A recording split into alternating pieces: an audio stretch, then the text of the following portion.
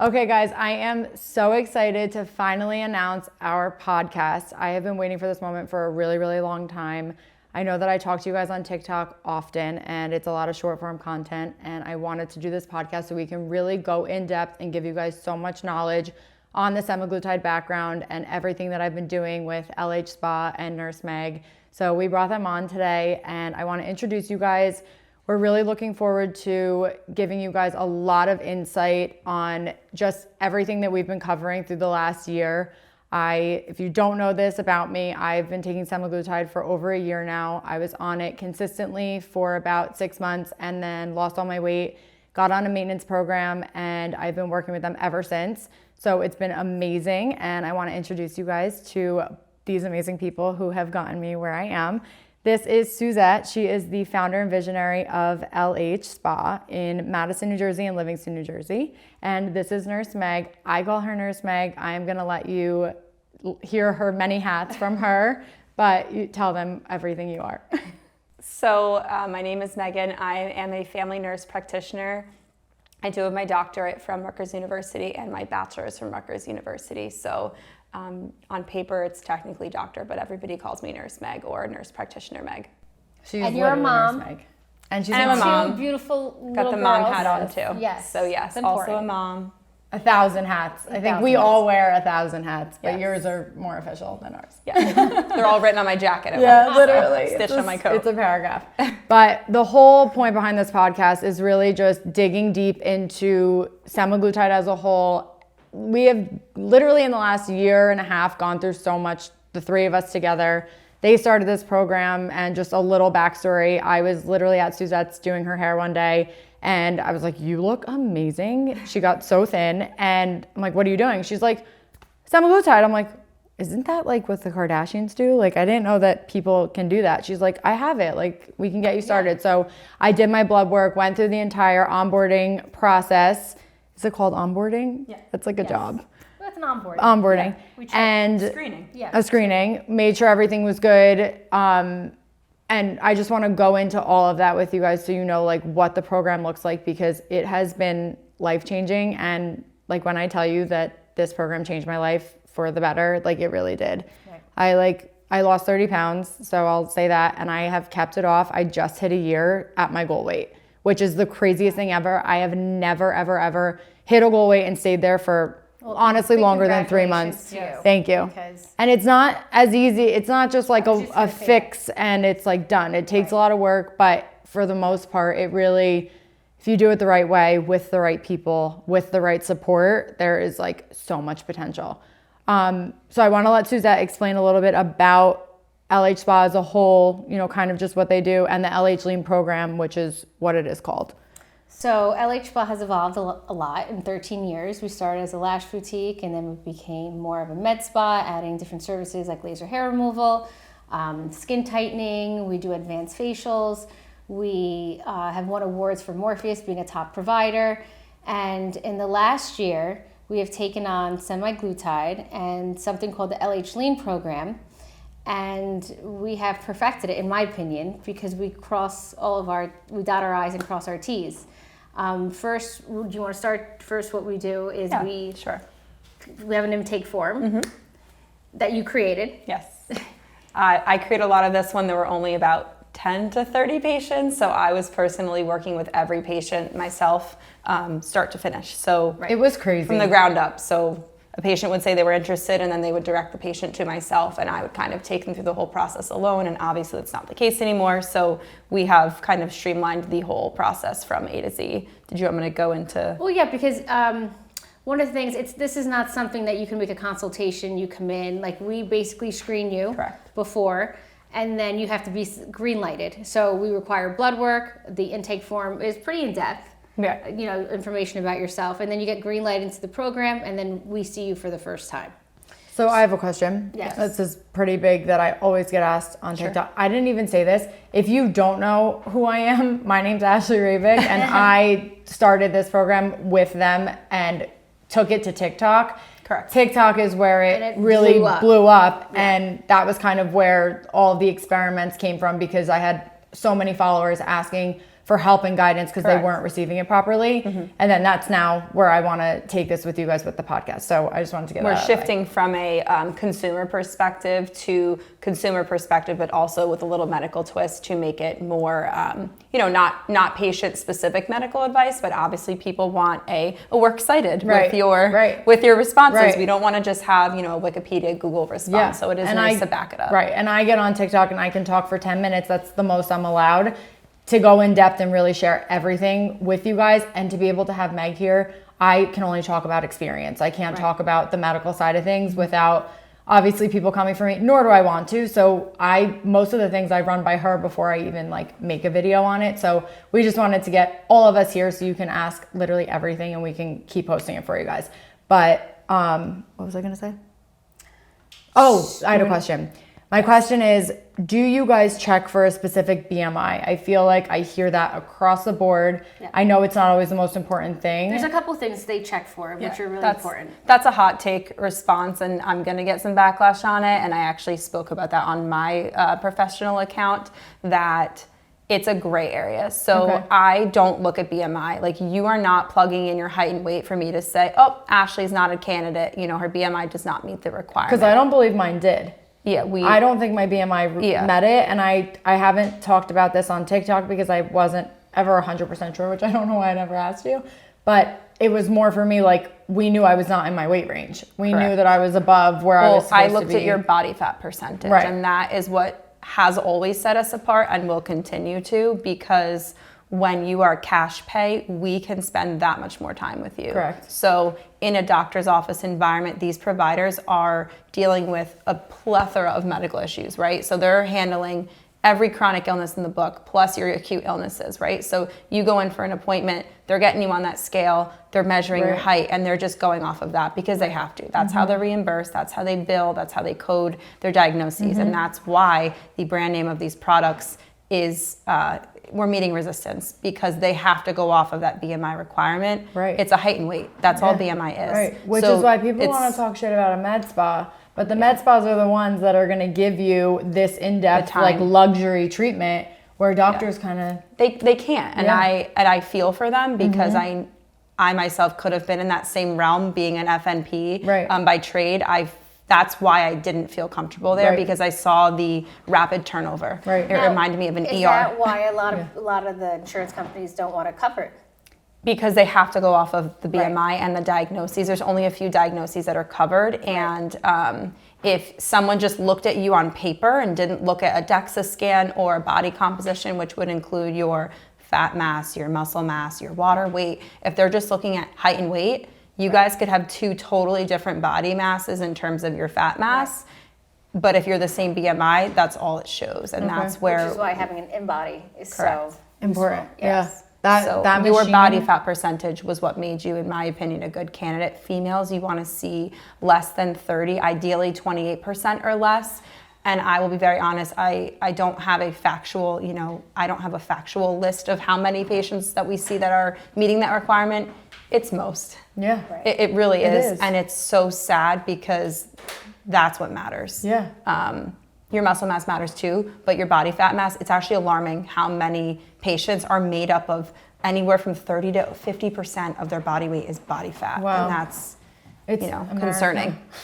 It's concerning. Just to summarize in general, I do not have a BMI requirement. However, if you get on our body composition device and we do find that you truly don't have fat to lose, or it even suggests you need to gain body fat, I do not feel comfortable proceeding with that. Okay. Now, so your thing, instead of checking an actual BMI, there's other things you check to make sure they're a good candidate. You're not just looking at someone like me and saying oh, okay, you could lose 5 if you want. Yeah. Because how many people have messaged me saying, oh, do you think that I could get on it and lose 10 pounds just before my wedding and then that's it? Right, and I'm like, listen, no idea. You may be able to. They may say no. I know that you guys always make a decision based off of the best thing for that patient, and it is not a one size fits all. And I think that's something that's so important and not everyone realizes, which is why I don't talk about dosing and all of that. I'll always share my dosing, but I can't do conversions and correct. It's a whole different thing. So why don't we talk about what you guys offer as far as the medicine goes. So it's a semaglutide compound, and Tirzepatide. You offer tirzepatide as well. Yes. And then now we're testing out the oral. Correct. Oral semaglutide. And we're also testing out Tezofensine. Yes. Okay. Which, like, totally different class of medications with the tezofensine. And interestingly enough, that was a Parkinson's study drug. Wow. I'm actually really fascinated by this because this is one of those, just because this is a real question.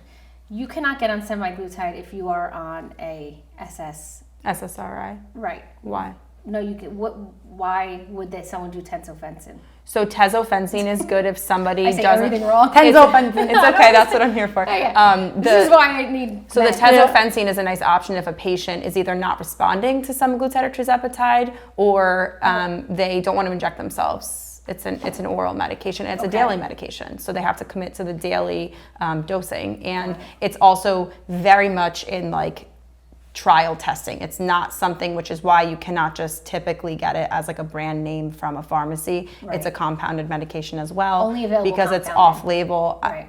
I'm not 1,000% sure. I haven't tried to order like through a regular pharmacy, but I do know that it was originally being used for Parkinson's patients. Once they realized it wasn't helping with those symptoms, they were like, this is interesting. They're losing weight. Why? They studied the pathway in which it was working, and that's why they noticed that was successful. Do you feel like, what do you feel is the biggest difference between semaglutide, tirzepatide, this one? Like, overall, if someone was coming to you, overall, what would you kind of look at to decide which one you would recommend them to? I always make sure they're comfortable with injections. I can't take that fear away from you. I will say most patients come in very nervous. Me. They're holding their breath, they're guarded, they're like backing up away from me, and I get them, and they're like, this was nothing, no pressure, do the consultation, let's see how you feel about it, right? They had to get blood work to be here.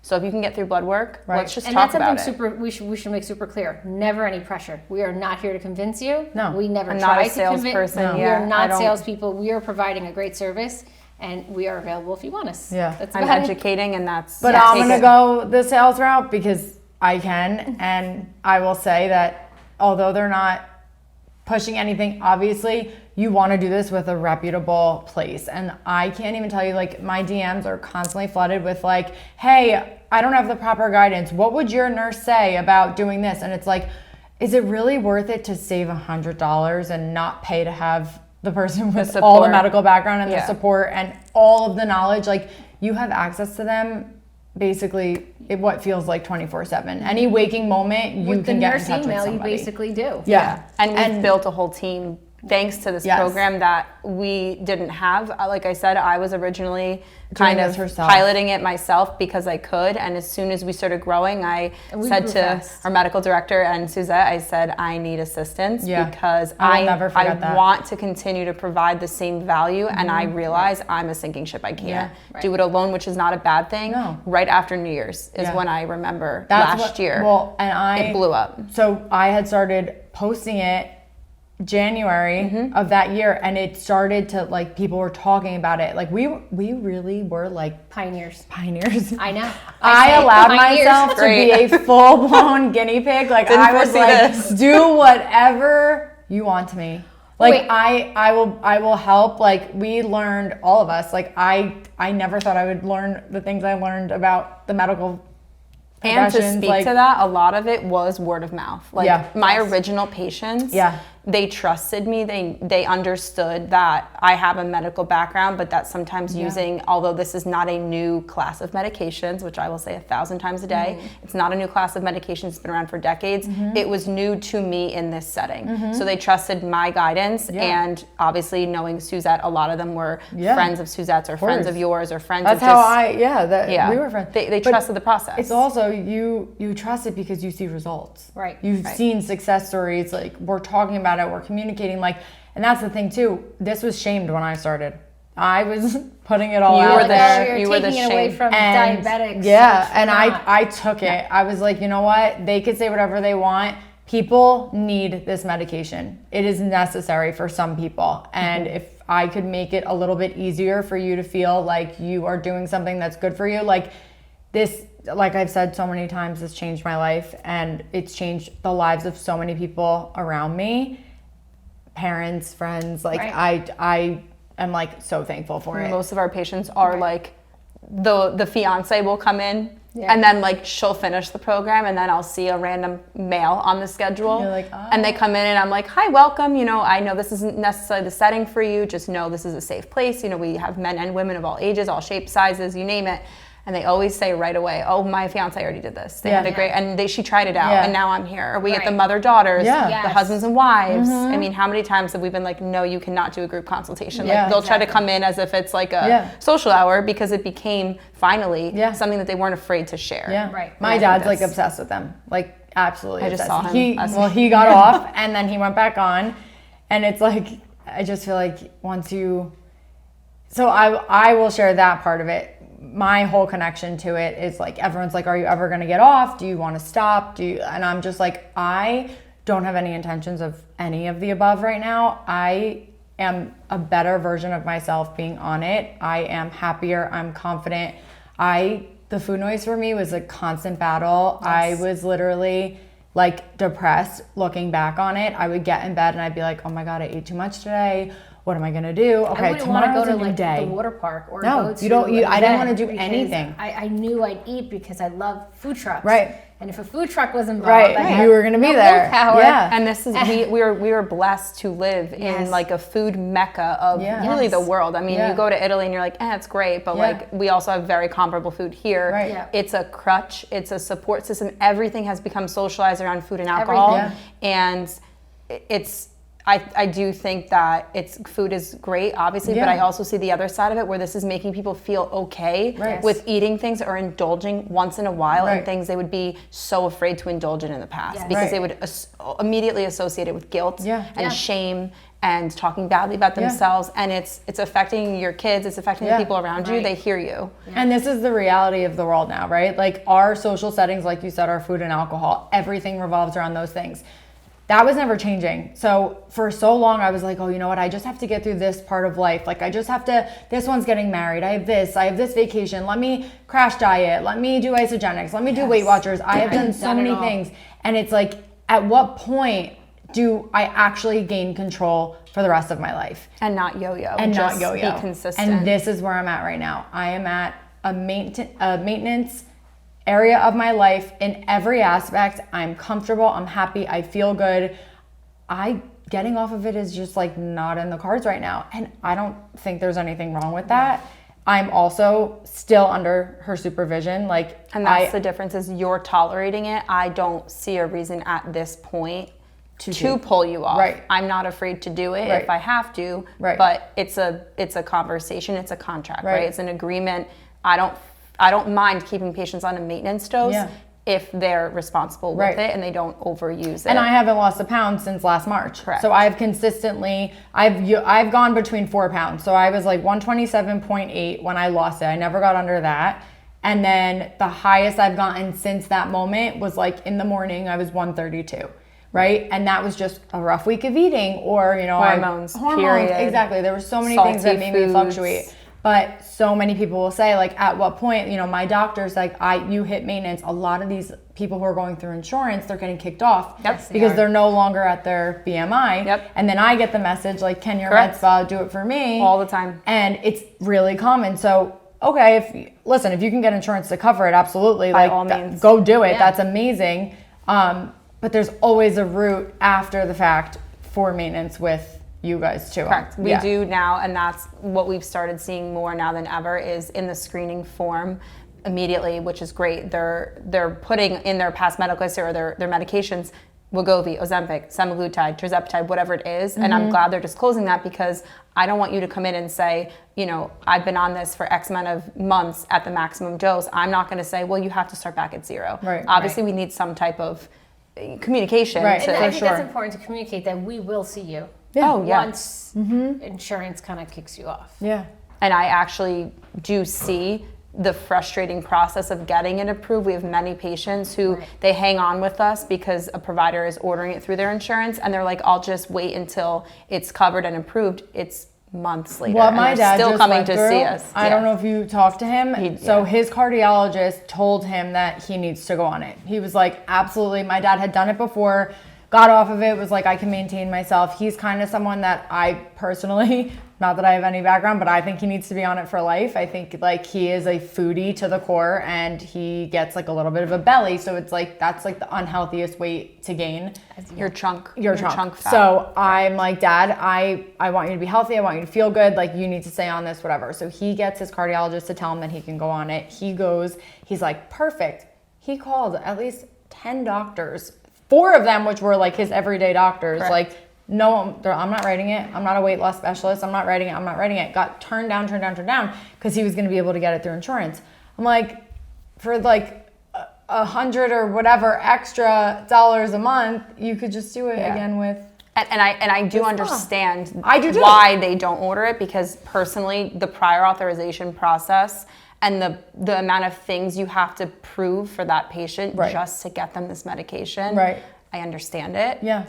But I do see the frustration with these How providers. frustrated that patient that was supposed to go to a name brand pharmacy and it wasn't ready, and they told him 3 days later, and it just was never coming. And now it's a gap in care. Exactly. It's a gap in care. And now you just wouldn't see this happening with other medications, and I understand it's new and it's popular, but that is where I do think there is a place for us to continue on with your current regimen. 100%. I don't want to play, I'm not trying to mess with your dosing, but I do think I'd rather you continue than have a gap in care and be going weeks without it, because now you're just confusing your body. Yeah. So we'll tell you what it's like when you actually start the program and the whole entire process. Right. So I'm going to share mine. You guys correct me, because I'm sure things are different now since it was over a year ago. Maybe. A little bit. Yeah, let's say. So I walk into the Medspa, say hi, and then we go into a room, talk to Nurse Meg. She kind of just goes over. You missed the intake form. Oh, shit. All right, you walk. You don't walk anywhere. You click on the Instagram. You do not Go to our entry. You go to the intake form, you fill it out. My friend called me there. She's like, my friend's on the way to speak to somebody about weight loss. I'm like, no. Get out. You gotta fill out the form. Don't have her come. This is not the way it works. Yeah. I hide in my room for this reason, because if they catch my face or get the you. jacket, They'll get you. No. Yes. Yeah. No. So anyway, you fill out the form first, and then you guys will call. The Google Doc. Fill out the form. Contraindications will kick you out immediately. I think that's better, right? Why fill out that form and not even realize that you have a major contraindication, whether you're breastfeeding, pregnant, planning on becoming pregnant, you have a history of medullary thyroid cancer, or personal or family history of that. There's certain contraindications. I don't want to waste your time.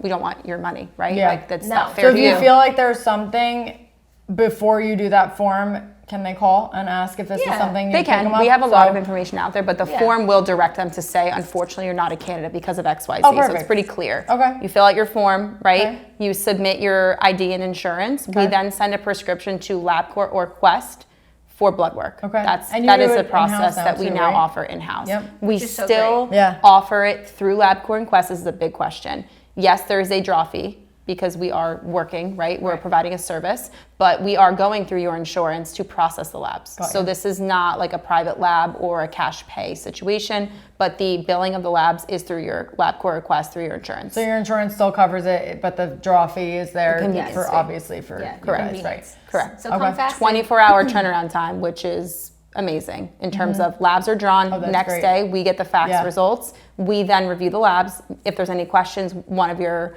medical providers will reach out to you Which via is email. amazing, because everyone wants to start like that. Correct. Which I get, so did You're I. in, we green light you. Then one of our, a member of our management will notify you to say that you're approved, and then starts the whole walking Then into the that's office, Now saying you can walk hi. That's my favorite part. Yes, getting your Pellegrino or your water. You feel like a celebrity. You're like, hey, saying are hi to a everyone. celebrity. I love it. It's so fun. I love So that hasn't changed. Okay, good. And then you'll get on the scale. in So that the same consultation appointment. is with a nurse practitioner. So myself or one of my peers, who we were all trained the same way, so it should be the same regardless of who you meet with.